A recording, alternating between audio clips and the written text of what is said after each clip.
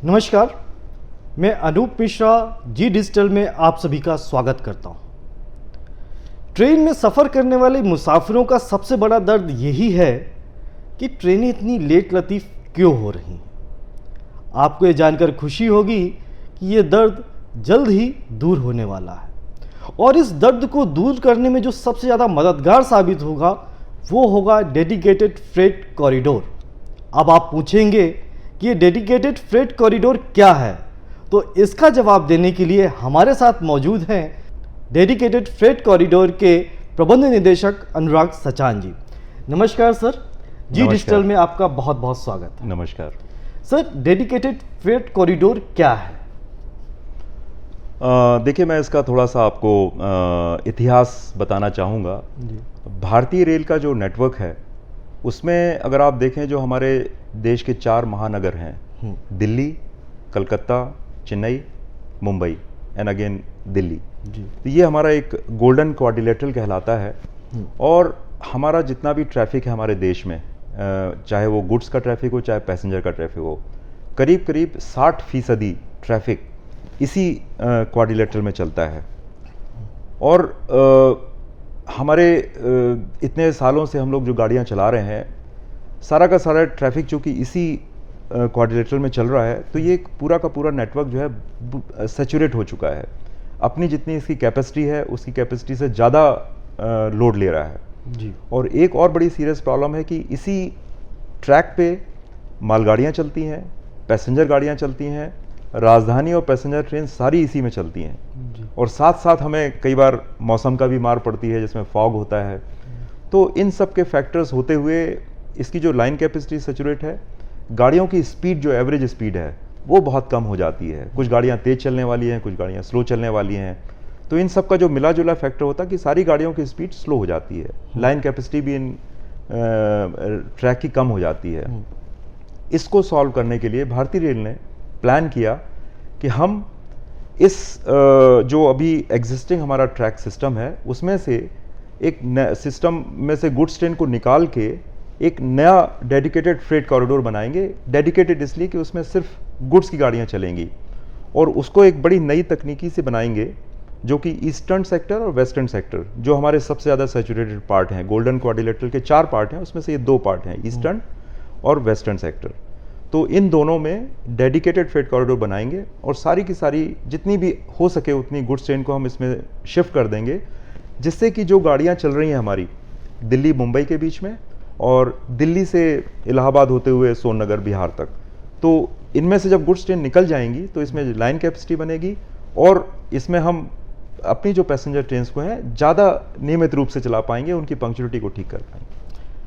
मैं दर्शकों की जानकारी के लिए आपसे जानना चाहूँगा कि वर्तमान समय में इस कॉरिडोर पर कहाँ पर काम चल रहा है और कितना पूरा हो चुका है? ओके, अगर हम पहले वेस्टर्न कॉरिडोर की बात करें तो मुंबई JNPT जो जवाहरलाल नेहरू पोर्ट है, वहाँ से हमारी ये लाइन शुरू होती है और दादरी जो दिल्ली में आता है, आप दिल्ली ही मान लें, ये 1500 किलोमीटर का सेक्शन है।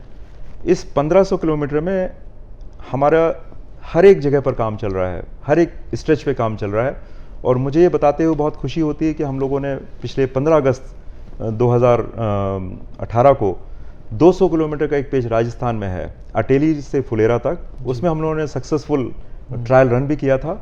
और इस साल के अंत तक हम लोगों ने प्लान किया है कि करीब करीब 450 किलोमीटर हम लोग इस वेस्टर्न कॉरिडोर में खोल सकेंगे।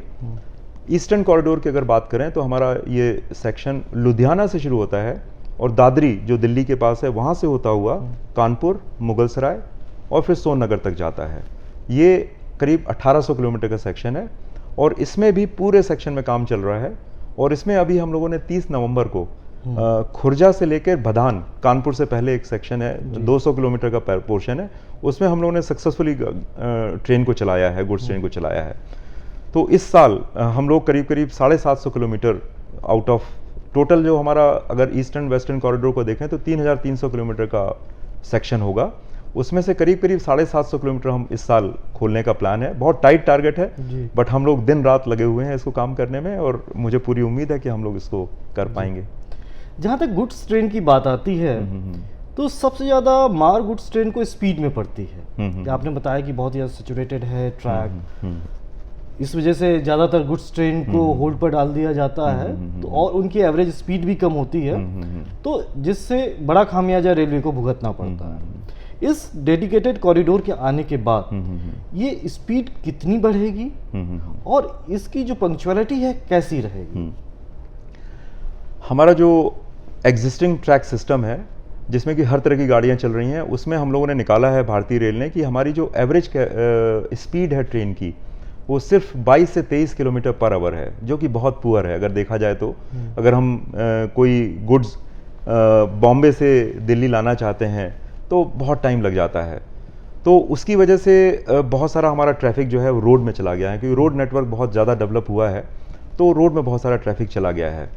हम लोग जो डेडिकेटेड फ्रेट कॉरिडोर बना रहे हैं जिसमें कि मुंबई से दिल्ली और ईस्टर्न कॉरिडोर में लुधियाना से लेके मुगलसराय होते हुए सोननगर, इसमें हमारी जो स्पीड होगी गुड्स ट्रेन की 100 किलोमीटर प्रति घंटे के हिसाब से गाड़ियाँ चलेंगी, और उस हिसाब से हमने हिसाब लगाया है। हमारे स्टेशन भी बड़े 40 किलोमीटर पे स्टेशन होंगे।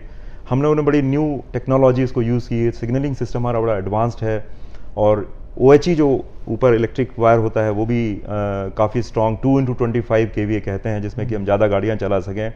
तो इस सब टेक्नोलॉजी को यूज़ करते हुए इसमें हमें जो लाइन कैपेसिटी मिल रही है वो होगी करीब करीब 120 ट्रेन हम हर डायरेक्शन में एक दिन में चला पाएंगे, which will be a great achievement. और हर एक ट्रेन की स्पीड 100 किलोमीटर पर आवर होगी। तो आप अंदाज़ा लगा सकते हैं कि बॉम्बे से अगर कोई सामान आप लोड करते हैं कोई फ्रेट ट्रेन में, तो वो दिल्ली आ जाएगा 24 घंटे के अंदर। तो ये एक बहुत बड़ा ही क्रांतिकारी कदम होगा जो भारतीय रेल ने उठाया है। और एक चीज़ और मैं आपको बताना चाहता हूँ कि इंटरनेशनल स्टैंडर्ड्स के हिसाब से लॉजिस्टिक कॉस्ट जो होती है, इकोनॉमी में अगर देखें कि आप कोई सामान एक जगह से दूसरी जगह ले जाते हैं तो एक लॉजिस्टिक कॉस्ट होती है। तो इंटरनेशनल जो एक स्टैंडर्ड है उसमें लॉजिस्टिक कॉस्ट सिर्फ 8% होती है। जैसे अगर गुड्स की वैल्यू 100 रुपये है तो 8 रुपये जो है लॉजिस्टिक कॉस्ट होती है। बट हमारे देश में चूंकि हमारा नेटवर्क सारा का सारा जैम है, ओवर सैचुरेटेड है, तो हमारे देश में जो कॉस्ट आती है 14 रुपये आती है, 100 रुपये में 14 रुपये, 14%, जो कि बहुत हाई है। जब ये डेडिकेटेड फ्रेट कॉरिडोर बन जाएगा तो इसका पूरी देश की इकोनॉमी में बहुत ज़बरदस्त फ़र्क पड़ेगा, क्योंकि हम अपनी लॉजिस्टिक कॉस्ट को कम कर पाएंगे। वो इसलिए कम कर पाएंगे क्योंकि हमारी गुड्स की ट्रेन की एवरेज स्पीड बढ़ जाएगी, और हम चूँकि इलेक्ट्रिक ट्रैक्शन से गाड़ियाँ चलाएंगे तो हमारी जो एक कार्बन एमिशन है, जो हमारे एनवायरनमेंट के लिए जो एक जो गैसेस होती हैं, emission of gases, carbon dioxide निकलती है, उसमें भी बहुत बड़ी कमी आएगी।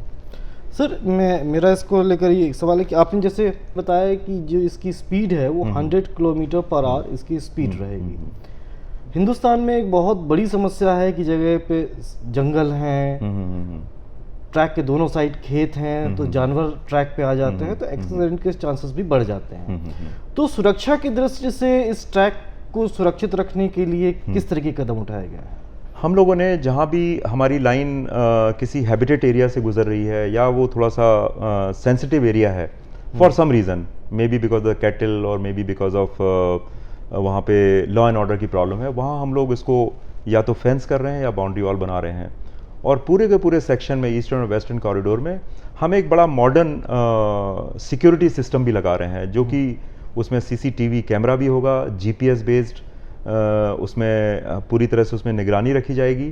तो मैं समझता हूँ कि विद जितने भी ये मॉडर्न टेक्निक्स हैं सिक्योरिटी के लिए वो इसमें हम लगाएंगे, तो वो जो प्रॉब्लम्स हम लोग कई बार भारतीय रेल में देखते हैं कि कैटल रन ओवर हो जाता है, गाड़ियाँ रुक जाती हैं, एक्सीडेंट हो जाते हैं लेवल क्रॉसिंग में। एक और बड़ा इंपॉर्टेंट चीज़ मैं आपको बताना चाहूँगा जिसमें कि भारतीय रेल को भी बेनिफिट हो रहा है और DFCCIL को भी हो रहा है। हमारे रूट में जितनी भी लेवल क्रॉसिंग आ रही हैं उन सब लेवल क्रॉसिंग को हम लोग निकाल रहे हैं, एलिमिनेट कर रहे हैं, या तो अंडर ब्रिज बना रहे हैं या उसको ओवर ब्रिज बना रहे हैं। तो लेवल क्रॉसिंग हट जाने से लाइन की कैपेसिटी भी इम्प्रूव होगी, उसकी पंक्चुअलिटी भी इम्प्रूव होगी, और जो दुर्घटना के चांसेस होते हैं वो भी बहुत कम हो जाएंगे। जी, आपने इन्वायरमेंट की बात की, तो इन्वायरमेंट में मेरी जानकारी में है कि डेडिकेटेड फ्रेट कॉरिडोर में सोलर एनर्जी का भी बहुत व्यापक स्तर पर इस्तेमाल किया जा रहा है। तो इस तरफ किस तरीके से कदम उठाए गए और क्या योजनाएं? हम लोगों ने प्लान किया है कि जो भी स्ट्रक्चर हम लोग डेडिकेटेड फ्रेट कॉरिडोर बनाएंगे, हमारी स्टेशन बिल्डिंग होंगी, सब स्टेशन होंगे इलेक्ट्रिकल के, सभी को हम लोग ग्रीन बिल्डिंग का एक कॉन्सेप्ट है जिसमें कि सोलर एनर्जी को यूज़ किया जाता है, वो हम लोग करेंगे। और एक ये भी प्लान कर रहे हैं कि जो हमारा जितनी भी हमने लैंड एक्वायर की है, जो हमारा राइट ऑफ वे है, उसमें भी हम लोग सोलर पैनल लगाएंगे, जिससे कि हमारे लाइन की एक तो सेफ्टी भी होगी और दूसरा जो एनर्जी प्रोड्यूस होगी वो हम अपने ग्रिड में ही लेंगे। तो एक बड़ा अच्छा एक एटमॉस्फेयर के लिए, एनवायरनमेंट के लिए एक बहुत अच्छा कदम होगा। तो ये जो पूरा प्रोजेक्ट है, इसमें पब्लिक इंटरप्राइजेस को भी शामिल किया जाएगा, या जो पब्लिक प्राइवेट ट्रेन्स हैं उनको भी इंट्रोड्यूस किया जाएगा? हाँ, इसका कॉन्सेप्ट जो डेडिकेटेड फ्रेट कॉरिडोर का, चूँकि हम लोग इतनी ज़्यादा कैपेसिटी क्रिएट कर रहे हैं कि उसमें इंडियन रेलवे भी अपनी गाड़ी चलाएगा, और जो हमारा MOU है इंडिया भारतीय रेल के साथ में, उसके हिसाब से जो प्राइवेट ऑपरेटर्स होंगे वो भी अपनी गाड़ियाँ इसमें चला सकते हैं। कुछ कायदे कानून बनाए जाएंगे उसमें, बट इट इज़ अलाउड कि सारे जो प्राइवेट ऑपरेटर्स हैं वो भी अपनी गाड़ियाँ इसमें चला पाएंगे। सर, इस कॉरिडोर के आने के बाद आपकी क्या अनुमान है कि कितना रोड ट्रांसपोर्ट आपकी रेल की तरफ आएगा?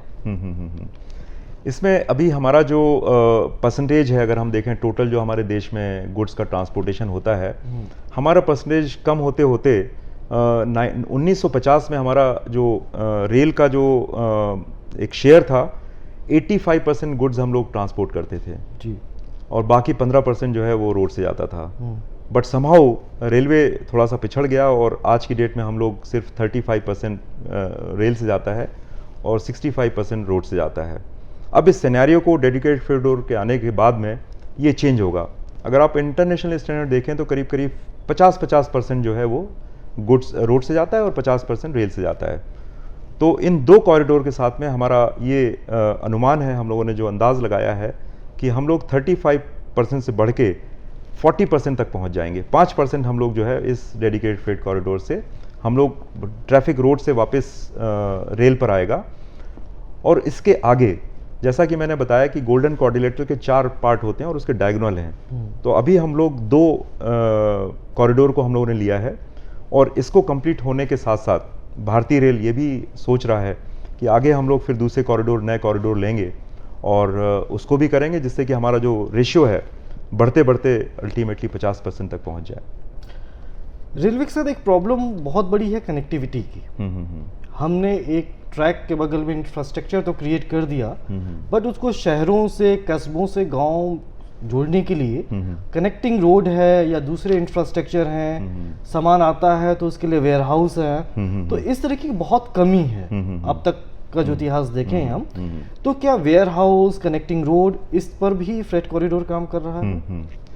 हम लोगों ने इस कंस्ट्रक्शन के साथ साथ कि हम 2 कॉरिडोर को बना रहे हैं, इसके साथ साथ बिजनेस डेवलपमेंट के लिए भी बहुत ज़्यादा ध्यान दिया जा रहा है। इसमें पूरे के पूरे कॉरिडोर में, ईस्टर्न और वेस्टर्न में, हम लोगों ने प्लान किया कि कहाँ कहाँ हम लोग मल्टी मॉडल लॉजिस्टिक हब्स बनाएंगे, गुड शेड्स बनाएंगे, उसकी बराबर कनेक्टिविटी देंगे।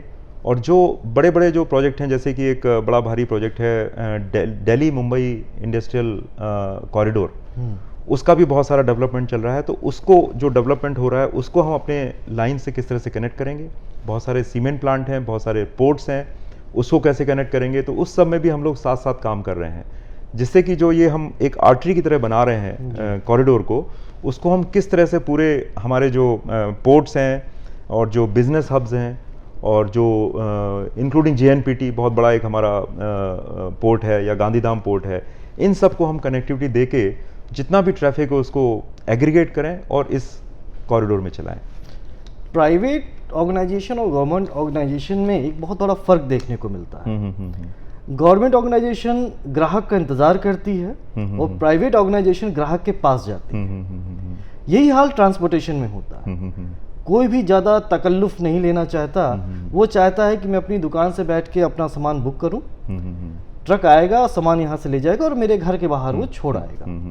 ये उसके लिए काफ़ी इजी होता है। जबकि रेलवे में उसको बड़ा हेडेक है कि वो सामान लेकर पहले रेलवे स्टेशन जाए या कॉरिडोर में जाए, उसको बुक करे, फिर उसको वहाँ पर छुड़वाना होगा, फिर उसको अपने घर तक ले जाना होगा।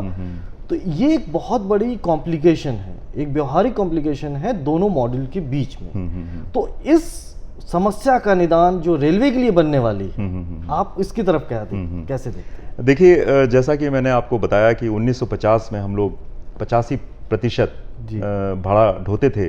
बट ये जो आपने कमियां बताई, बिल्कुल मैं एक्सेप्ट करता हूं कि हमारे सिस्टम में ये कमियां थीं। हम लोगों ने हमेशा ये सोचा कि हम तो बल्क फ्रेट ऑपरेटर हैं, सब लोग हमारे पास आएंगे और हम लोग उसको ढोएंगे। धीरे धीरे करके हमारे पास से ट्रैफिक निकलता गया। हम लोगों ने इस बात को रियलाइज़ किया है और डेडिकेटेड फ्रेट कॉरिडोर का जो कॉन्सेप्ट है उसके साथ हम लोगों ने बहुत एग्रेसिव तरीके से जो मार्केटिंग जो होगी हमारी, बहुत एग्रेसिव मार्केटिंग होगी। हम लोगों ने स्टेक होल्डर्स जो हमारे हैं, जो डिफरेंट प्लांट्स हैं, बिजनेस सेंटर्स हैं, पोर्ट्स हैं, हम लोगों ने उनसे बातचीत करनी शुरू कर दी है। और एक बहुत इंपॉर्टेंट बात जो आपने कही कि रोड का जो ट्रांसपोर्ट होता है वो आपके घर से या आपकी फैक्ट्री से सामान लेता है और आपके डेस्टिनेशन पे पहुंचा देता है। तो इसको आप कह सकते हैं first mile and last mile connectivity, जो हम लोगों ने मिस करी है।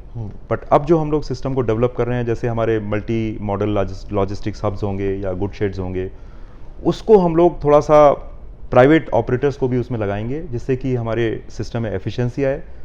उन्हीं को बोलेंगे कि वो हमारे ट्रैफिक को एग्रीगेट करें और फर्स्ट माइल कनेक्टिविटी दें, लोगों की फैक्ट्री से सामान लाएं और इसको यहाँ पे लोड करें। हम उनको एक बहुत अच्छा एफिशिएंट ट्रांसपोर्ट देंगे बॉम्बे से दिल्ली या लुधियाना से लेके सोननगर तक, और उसको वहाँ पहुँचाने के बाद में उसको वापस घर में उनको जहाँ पे भी देना है दें और 24 घंटे में दें। And I am sure with these 2 dedicated corridors हमारी एफिशिएंसी जो है, मैं कह सकता हूँ कि रोड के बराबर होगी, बल्कि रोड से ज़्यादा अच्छी हो जाएगी। जी, इतनी सारी जानकारियों के बाद मैं यही आपसे जानना चाहूँगा कि वर्तमान में इस कॉरिडोर की स्थिति क्या है और वो कब तक पूरा होगा? ईस्टर्न और वेस्टर्न कॉरिडोर टोटल अगर देखें तो इसमें जो टोटल लेंथ है 2800 किलोमीटर की डबल लाइन बन रही है, इलेक्ट्रीफाइड डबल लाइन। उस 2800 किलोमीटर में इस साल का हमारा जो मार्च 2019 जो आने वाला है 3-4 महीने में, हम लोगों ने प्लान किया है कि हम 750 किलोमीटर ट्रैक जो है डबल लाइन इसको कंप्लीट कर देंगे जी। और उस 750 किलोमीटर में से 400 किलोमीटर हम ऑलरेडी कंप्लीट कर चुके हैं। कुछ दिसंबर में खोलेंगे, कुछ जनवरी में खोलेंगे, कुछ मार्च में खोलेंगे। तो as far as the target जो आप देखें तो वी आर ऑन ट्रैक। हमारे एजेंसीज L&T, GMR और टाटा प्रोजेक्ट्स, ये जो बड़ी एजेंसीज हैं वो काम कर रही हैं। हमारे प्रोजेक्ट मैनेजमेंट कंसल्टेंट काम कर रहे हैं। हमारे जो DFCL के इंजीनियर्स दिन रात काम कर रहे हैं। सभी लोग बहुत मेहनत कर रहे हैं। भारतीय रेल की तरफ से हमें पूरा सहयोग मिल रहा है। जितने भी सरकार हैं, स्टेट गवर्नमेंट हैं, चाहे वो यूपी, बिहार, महाराष्ट्र, राजस्थान, गुजरात, सभी स्टेट हमको पूरा सपोर्ट कर रही हैं। हम लोग चीफ सेक्रेटरी से साथ मीटिंग करते हैं। तो मैं समझता हूँ कि ये पूरा का पूरा प्रोजेक्ट जो है एक हमारे देश के लिए बहुत इंपॉर्टेंट प्रोजेक्ट है और हमें हर तरफ से एक बड़ा पॉजिटिव सपोर्ट मिल रहा है। हमारे चेयरमैन रेलवे बोर्ड हैं, हमारे मंत्री जी हैं, श्री पीयूष गोयल जी, सभी लोगों का बहुत फोकस है कि इस प्रोजेक्ट को हम लोग करें। हमारे प्रधानमंत्री का तो एक बड़ा भारी एक वो है, सपना है कि ये जैसे ड्रीम प्रोजेक्ट, तो हम लोग सब उस सपने को साकार करने में लगे हुए हैं और मैं आई एम श्योर कि हम इस सपने को पूरा कर सकें। मैं लोगों की आखिरी सोच से अपना आखिरी सवाल लूँगा। हाँ।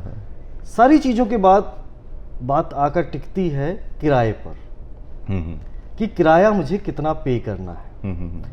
ये सच है कि भारतीय रेल अभी तक सबसे सस्ती दरों पर माल इधर से उधर ले जाती है। तो फ्रेट कॉरिडोर का जो फेयर स्ट्रक्चर है वो भारतीय रेल की तरह ही होगा या फेयर स्ट्रक्चर फ्रेट कॉरिडोर अपना एक नया तैयार करेगा? इस कॉम्पिटिटिव मार्केट में इस्टेब्लिश करने के लिए ये फेयर स्ट्रक्चर किस तरीके से तैयार किया जाएगा? भारतीय रेल ने जो डेडिकेटेड फ्रेट कॉरिडोर में 2 तरह का ट्रैफिक होगा। एक तो जो भारतीय रेल का ट्रैफिक डाइवर्ट होकर आएगा बिकॉज उनकी लाइन सैचुरेटेड है, वो हमारे ट्रैक से पास होगा। और दूसरा, हमारे पास अपने लोडिंग पॉइंट्स होंगे, अनलोडिंग पॉइंट्स होंगे और हमें ये भी पावर दी गई कि हम लोग प्राइवेट फ्रेट ऑपरेटर्स को भी अपनी लाइन देंगे, उसमें गाड़ियाँ चला सकते हैं। तो भारतीय रेल ने हमें पूरी फ्लेक्सिबिलिटी दी हुई है कि हम लोग अपने सिस्टम में जो फेयर हम लोग डिसाइड करेंगे, हमारे पास ऑटोनॉमी होगी कि हम उस फेयर को इस तरह से डिसाइड करें कि हम रोड सेक्टर से कंपीट कर पाएँ, क्योंकि हम एनर्जी एफिशिएंट हैं। जो इलेक्ट्रिक से गाड़ियाँ चलाएंगे वो it will be much more efficient then the road sector. तो हम उसमें किराए को इस तरह से रखेंगे कि ट्रैफिक हमारे पास आए। हम चाहते हैं कि हम 33% से 40% पे जाएं उसके लिए हमें naturally we have to be very very competitive. तो इसमें बिल्कुल विचार किया जाएगा and we are open for that कि हम अपने किराए को इस तरह से करेंगे कि रोड का ट्रैफिक हमारी तरफ आए। मैंने इस कार्यक्रम की शुरुआत आपको एक फ़ायदा बता के की थी, लेकिन इस कार्यक्रम को ख़त्म करने से पहले मैं आपको एक दूसरा फ़ायदा भी बताने जा रहा हूँ। पहला फ़ायदा तो वो था कि आप अब समय पर अपने गंतव्य पे पहुँच सकेंगे, क्योंकि फ्रेट कॉरिडोर आने के बाद जो मौजूदा लाइनें हैं उनसे ट्रेनों की भीड़ कम हो जाएगी और बाकी ट्रेनें समय पर अपने गंतव्य पर पहुँच सकेंगी। दूसरा सबसे बड़ा फ़ायदा जो आपकी जेब पर पड़ने वाला है, दूसरा फ़ायदा ये है कि फ्रेट कॉरिडोर आने के बाद सामान जल्द पहुंचेगा, जो मार्जिनल कॉस्ट है कम होगी, महंगाई कम होगी, जिसका सीधा असर आपकी जेब पर पड़ेगा। इसी के साथ जी डिजिटल को समय देने के लिए सर बहुत बहुत धन्यवाद। बहुत बहुत धन्यवाद।